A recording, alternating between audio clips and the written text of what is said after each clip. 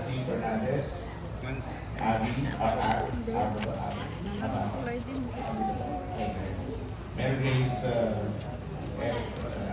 Jeff Casano, Abdista, kaya wala. John Mark Ignacio, and Never,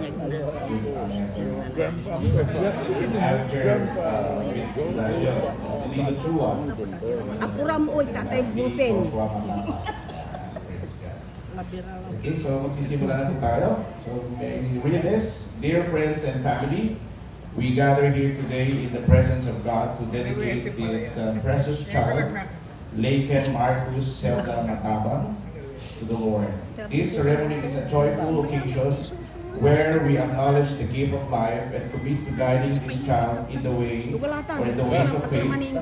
In the Bible, we learn how children were brought to Jesus and He blessed them. Today, we follow that example, dedicating Laken Marcus to God, trusting in His love and care. Siguro na ask Sister Hope to read the scripture.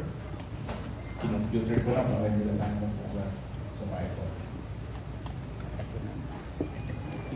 In Matthew 19, chapter 19, verse 14, Jesus said, "Let the little children come to me, and do not hinder them, for the kingdom of heaven belongs to such as this." This passage reminds us of the special place that children hold in God's heart, and the responsibility we have to lead them in faith. Thank you. Let us pray. Father, we thank you for this moment that we are here gathered together to celebrate your goodness as we dedicate your gift, Lord God, Laken Marcus. Thank you so much for this time as you or as we witness, Lord God, how you love us and how your goodness work in us. Thank you so much for these people who join this celebration. Bless us, oh God, in Jesus' name. Amen. So may be seated. Maaari na po kayo maupo. At alam ko po, excited na po kayong matapos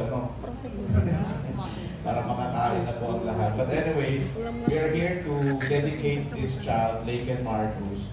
And we all know na pag nag-dedicate po ang isang dinedicate po ang isang bata na handog, itinawag, ito ay leading mula sa kanilang mga magulang. Of course, they themselves dedicated themselves to God and to Christ. And now, yung anak naman nila gusto nilang i-dedicate sa Panginoon. And what did Jesus tell His disciple about the children? Sinabi kanina, binasa ni Ate Hope, Sister Hope, sa Matthew 19:14, let the children come to Jesus. Okay, so huwag nating harangan o hadlangan ng mga bata na lumapit sa Panginoon. Kasi naalala ko noong ang father ko po kasi ay pastor din, noong mga bata ko po kami, merong mga bata na pumupunta sa church. Galit na galit yung nanay, sabi sa kanila, huwag kayong pumupunta sa simbahan. Hanggang sa lumalaki yung mga bata, lagi gano'n, pinapagalitan yung mga bata, huwag kayong pumunta sa simbahan. Kaya nung lumalaki na sila, naging basag pulo sila, lumapit sila ngayon, yung mother lumapit sa father ko, sabi niya, Pastor, pwede mo ba akayin at alagaan yung aking mga anak? But it's too late. Pag lumalaki ng mga yun, ang hirap ng ihubog. That's why si Jesus Christ, hindi niya pinipigilan, huwag niyong pigilan ang mga bata na lumapit sa akin. Sabi ni Jesus Christ. That's very important. Okay, so tayo po, as a parent, pag sinabi ng mga bata na we want to go to church, kahit anong grupo kayo, anong church po kayo nabibilang, you should allow your children to go to church. Okay? Kasi hindi naman masamang tinuturo sa simbahan. Hindi naman masamang tinuturo ng Panginoong Yesus. At tinuturo ng Panginoong Yesus, magmahalan tayo. Wala namang tinuturo si Jesus Christ na mag-away-away tayong lahat. In fact, ang sabi pa nga niya, love your enemies. Di ba? Amen po ba? Amen. So allow the children to come to Jesus. Let them go to church. Let them pray. Let them read the Bible. Let them, huwag natin ilayo ang mga bata sa Panginoon. Okay? Maliwanag po yun. And do not hinder them, sabi ni Jesus Christ, kasi pinipigilan ng mga disciples, sabi, ang iingay ninyo, tumabi kayo. No? Pero ang sabi ni Jesus Christ, huwag niyo silang pigilan, ayaw yung lumapit sa akin. So, huwag natin i-hinder yung mga bata na lumapit sa Panginoon. If they want to go to church, let them go. If they want to go to missionary Sunday, let them go. No? If they want to be a pastor, to be a priest, to be a nun, hayaan po natin, di mo ba? Kasi yan ang calling. Yan ang sinasabi ng Panginoon na pagtawag sa kanila. Okay? So wag natin silang pigilan sa mga magagandang bagay na lumapit sa Panginoon. Now, why we dedicate children to God?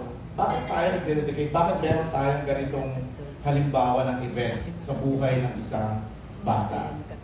Well, because it's a biblical practice. No? It's from the Bible. Like Hannah. When Hannah bore Samuel, ang ginawa po niya, dinedicate po niya sa Panginoon. Kasi yan ang agreement din nila sa Panginoon. Sabi niya, Lord, kasi si Hannah hindi makaanak.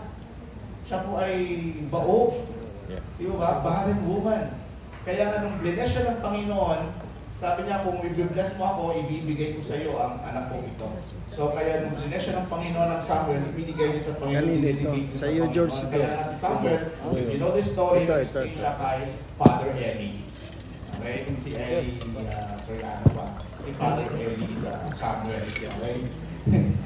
Okay, baka ma-misinterpret niyo po ako. Okay, now, another example is si Jesus Christ. Nung pumunta sila sa temple, you know, ilang buwan pa lang, ilang araw pa lang, actually, si Jesus Christ dinala ni Joseph and Mary sa temple. Dinedicate nila. Another is, why we dedicate children to God? Because we acknowledge God's role in their life.